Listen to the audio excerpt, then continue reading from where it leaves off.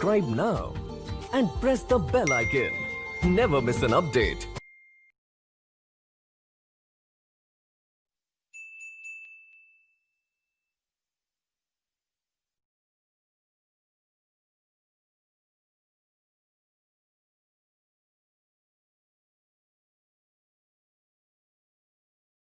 से अब कई कांग्रेस नेताओं के खिलाफ कार्रवाइयां शुरू कर दी है सरकार ने, किस तरीके से आप देखते हैं?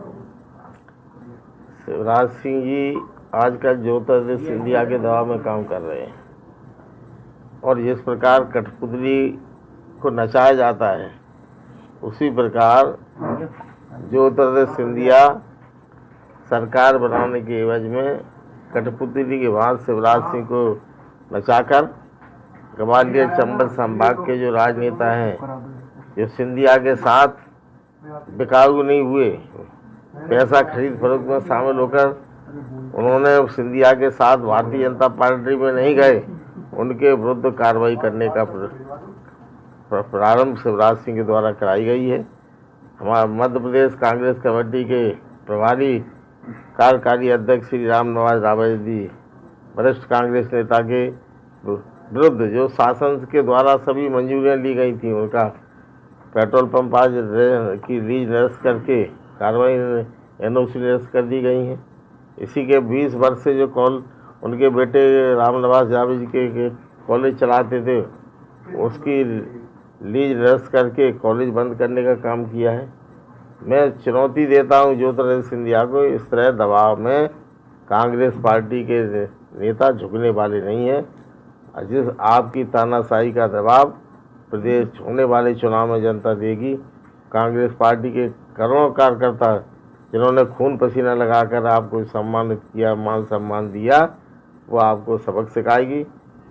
सिंधिया जी से कहना चाहता हूँ, अगर तुम इतने लोकप्रिय थे तो फिर आप 50 साल से नगर निगम क्यों हरवा रहे थे? आप लगातार अपने क्षेत्र में अकेले सांसद बन के और बाकी को सबको खुद जिस दल में है उसी दल में छेद करने का काम करते, पत्तल में सबको हराने का काम क्यों करते थे? आप प्रजातांत्रिक तरीके से चुने गए लोगों को जबरदस्ती त्याग पत्र दिलवाकर अपने छुटभइयों को बैठाने का काम क्यों करते थे? मैं आज शिवराज सिंह जी से कहना चाहता हूं कि राम निवास रावत पर जो कार्रवाई हुई है उसको तत्काल वापस लें और ज्योतिरादित्य सिंधिया ने जिस प्रकार कांग्रेस का बंटाढार करके गए हैं, भारतीय जनता पार्टी का तो बंटाढार करेंगे ही, आपको भी प्रदेश में आम जनता के बीच तान कर सीना तान कर बात करने के लायक नहीं रखेंगे। इसलिए मैं कहना चाहता हूं कि शिवराज सिंह तानाशाही का रवैया ज्योतिरादित्य के समान न अपनाएं। सिंधिया तो हिटलर के पदचिन्हों पर चलने वाले लोग हैं, उनके अनुयायी हैं। मैं 15 अगर ऐसे ही गलत काम किया तो राम निवास रावत 15 वर्ष से आपकी सरकार रही, तब क्यों नहीं कॉलेज को तोड़ा, तब क्यों नहीं इसकी लीज निरस्त की? केवल सिंधिया के इससे प्रतीत होता है कि आप सिंधिया के कठपुतली बन के काम कर रहे हो शिवराज सिंह जी। जिस तरीके से अजय बिश्नोई जी ने खुद सवाल खड़े किए हैं, कहा कि पहले मंत्रिमंडल विस्तार अब विभागों में सिंधिया को लेकर उन्होंने तंज कसा है, क्या मानते हैं? मैं तो बरसों से कह रहा हूँ, कांग्रेस में था तब भी मैं कहता था, लेकिन हमारे नेताओं ने उसके चमक चेहरे के कारण कुछ नहीं किया। सिंधिया केवल नौटंकी करके अपना प्रभाव जमाता है और बिश्नोई जी को मैं धन्यवाद देता हूँ, कम से कम उन्होंने सत्यता स्वीकार की। जिस प्रकार कमलनाथ जी की सरकार चलने नहीं दी, ब्लैकमेल करने का काम किया, कमलनाथ जी से हजारों करोड़ रुपए की जो सास की ज़मीनें थी उनको अपने नाम दबा के करवा लिया, अधिकारियों को नियुक्ति करा के। जब कमलनाथ जी को सब भ्रष्टाचार का पता चला कि करोड़ों रुपए की ज़मीन जो मर्जर के बाद, आज़ादी के बाद सास की ज़मीनें थीं शिवपुरी, उज्जैन और ग्वालियर में, वो सिंधिया के द्वारा ट्रस्टों के नाम पर ज्योतिरादित्य सिंधिया के खानदान ने हड़प ली हैं। जब उन्होंने इसकी जानकारी मिलने पर रोक लगाई तो सिंधिया जी ने अपनी ज़मीन को बचाने के लिए जो अवैध करोड़ों रुपए की ज़मीन हड़पी हैं, इसलिए सौदा करके उन्होंने भारतीय जनता पार्टी का शरण ली है। और कमलनाथ जी ने यही इनके अनैतिक कार्यों को स्वीकार नहीं किया अब मैं कहना चाहता हूँ शिवराज सिंह को धन्यवाद दें, बिल्कुल उनके सिंधिया जी के प्रतिचिन्हों पर चलें। तो जो सिंधिया जी की दुर्दशा हुई है, एक साधारण कार्यकर्ता जो उनके जिंदाबाद के नारे लगा तो उसने 1.5 लाख के हरा के उनको सड़क पर पहुंचा दिया है। अगर आप ये करेंगे तो वही दशा जो आपकी भी होगी। कांग्रेस के जो शेर हैं उनके अब तो नाखून भी नहीं बचे हैं और ना ही उनके अब दांत बचे हैं, वो कमलनाथ जी और दिग्विजय सिंह पर निशाना। कमलनाथ में कोई शेर नहीं है, जानवर नहीं है, कमलनाथ में सब इंसान है और मानव हैं। जितने भी शेर हैं नकली असली वो सब सिंधिया के साथ हैं। और मैं तो कहता हूँ शेर हैं तो शेर के लक्षण होना चाहिए, चूहे के लक्षण क्यों है तुम्हारे?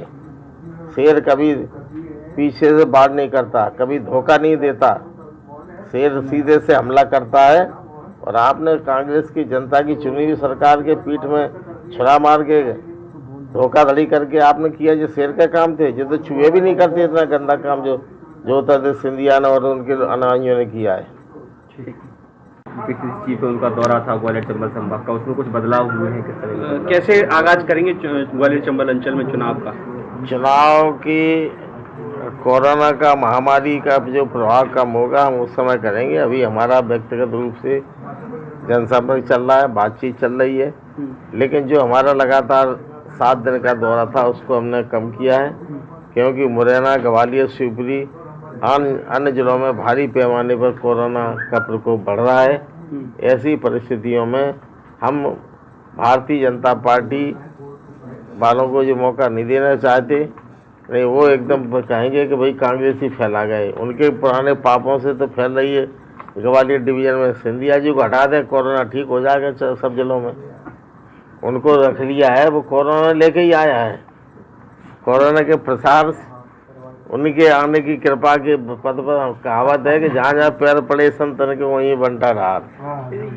शुरुआत कैसे होगी? पीताम्बरा माई के दर्शन? पीताम्बरा माई के दर्शन करेंगे हम लोग 13 तारीख को, और भांडर होते हुए जहाँ कोरोना का प्रभाव नहीं है, गुना, शिवपुरी तब आगे बढ़ जाएं, गुना, बामोरी साइड में, वहाँ पर हम जाके अपने कार्यकर्ताओं से भेंट करेंगे, बातचीत करेंगे और चुनाव की रणनीति तय करेंगे। कौन कौन शामिल रहेगा इस दौरान? आप हमारे प्रदेश के वरिष्ठ सभी नेता, कमलनाथ जी को छोड़कर, अध्यक्ष जी को छोड़कर, हम लोग अधिकांश जो वरिष्ठ नेता हमारे साथी हैं, अजय सिंह जी हैं, भूरिया जी हैं, अरुण यादव जी हैं, मैं स्वयं हूँ, रामनिवास रावत हैं, ऐसे सब लोग जाके एक साथ दौरा जाएंगे। क्या बस भी हायर की है इसके लिए? नहीं, अभी कोई बस हायर नहीं की, बस तो हमारे कोई ना कोई साथी उपलब्ध कराएंगे, नहीं होगी तो अपनी अपनी गाड़ियों से जाएंगे। ठीक।